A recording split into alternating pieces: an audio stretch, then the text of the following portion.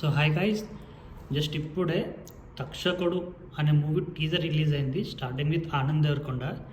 So ఈ teaser చూసినాక నాకు హిందీలో అందాదు అనే ఒక ఫిలిం ఉంది. సో ఆ సినిమా వైబ్స్ అయితే ఇచ్చింది. సో ఈ టీజర్కి వస్తే టీజర్ అయితే చాలా ప్రామిసింగ్ ఉంది భయ్య. చాలా అంటే చాలా ప్రొడక్షన్ వాల్స్ కనిపిస్తున్నాయి.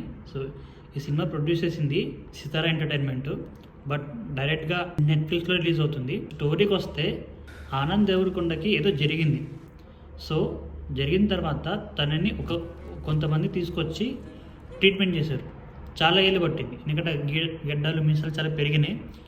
బట్ ఇక్కడ ఒక చిన్న కన్ఫ్యూజన్ థింగ్ ఏంటంటే తను బ్లైండ్ అండ్ అలాగే చెవులు కూడా వినపడవు. సో ఇప్పుడు క్వశ్చన్ ఏంటంటే ఆనంద్ దేవరకొండకి అలా చేశారా, లేకపోతే తను ఫస్ట్ నుంచి అలా ఉన్నాడా, లేదంటే తనకు లవ్ స్టోరీ ఉంది, ఆ లవ్ స్టోరీ వల్ల తనని వేరే వాళ్ళు కొట్టారా అనేది క్వశ్చన్ మార్క్స్.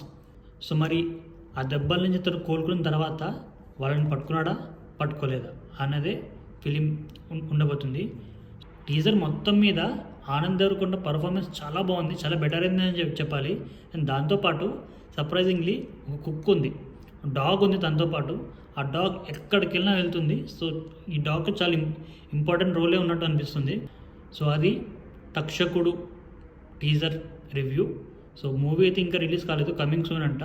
సో ఎప్పుడైతే రిలీజ్ అవుతుందో చూద్దాం, రివ్యూ ఇద్దాం. Until then good bye.